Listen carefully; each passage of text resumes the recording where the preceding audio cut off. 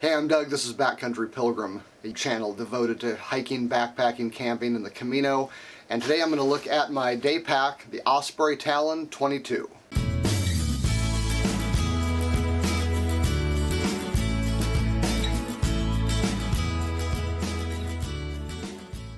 So like many of you, I've had a number of packs over the years, and my last day pack was a Deuter Act Trail. It was a 24 liter, and I love this thing. And feature-wise, I was really happy with it, but I did start to notice that it was a fairly heavy pack. So I started doing my research, and I discovered that a very popular day pack among hikers is the Osprey Talon.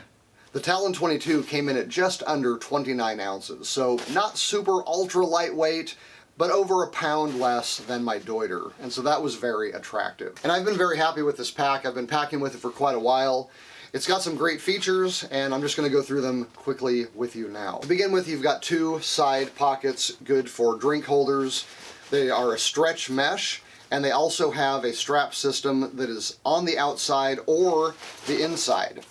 So if you like running the straps internally so that they are not holding your bottle, you can do that, leaving these a lot easier to access, but you can also run them on the outside if you're strapping something down like trekking poles or a tent or something. On the front, you've got a about half-size stretch mesh pocket with a little connection for a light if you're using this as a bike pack. And if you're using it for biking, you can also hang your helmet back here on this handy attachment. I just hang some cool hikery stuff off of here personally, but it is good for that if that's your thing. The material itself is very smooth, fairly thin, so it's not too heavy, but it's also very durable feeling. I haven't noticed any issues boonie crashing through things, dropping this on rocks, no tears, nothing. It's got good stitching. There's nothing on the bottom as far as storage goes, so if you want to hang something off here, you're gonna have to kind of rig that yourself. There really aren't a lot of external tie-down points. There is this piece of elastic cordage that is adjustable sticking out the side here, but that's really about it. On the top, you have a fairly deep top pocket. Goes about a third or maybe a quarter of the way into the pack. It's padded on the inside, and this is a great pocket for your quick grab items that you don't want to have falling down and getting buried in the pack. The main body is accessed through the top. The interior is essentially just one big hole, except for this mesh bag that hangs from the top here. This has got the good old key clip, and this mesh pocket is attached to the interior pocket that I just showed you. I have found the zippers on this to be good. They're medium size, not too big, not too small. Haven't had any snagging issues whatsoever. One of the interesting features of this bag is that it is set up to hold a hydration bladder in between the harness and the bag. So there's actually quite a bit of space between your back and the bag itself. So if you load a bladder inside, it's actually hanging in between the bag and your harness, which makes it really easy to get it in and out without having to unpack. And it also relieves you from having to thread your hose through a hole somewhere. You can literally just have that thing coming out anywhere you want to. Since I don't usually carry a hydration bladder, I actually use this storage area to put the rain cover. Now this does not come with the pack. I got this off Amazon. It's called a Grips. I just leave it stuffed into the bottom. Basically don't even know it's there. Coming around to the harness, you've got two minimally padded straps. They've been fine for me as far as the weight loads I would normally carry in a pack like this.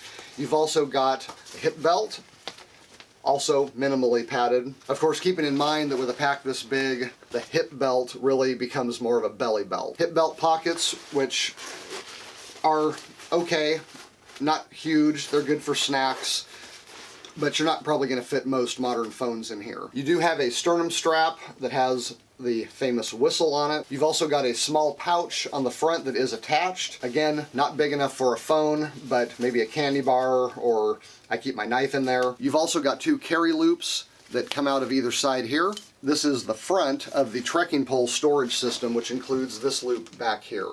It basically allows you to carry trekking poles in a scabbard type carry. The back panel is a mesh with a honeycombed foam pad in the back, and there is a stretch mesh panel that continues onto the hip belt itself, which actually helps with carry a little bit. At the top of the pack, you'll also notice that the straps come with load lifters, small carry strap, and that is basically the pack. As far as carry goes, I found it to be pretty comfortable. Definitely not a pack that you want to weigh down heavily, but for just running around on a day hike, it is pretty great.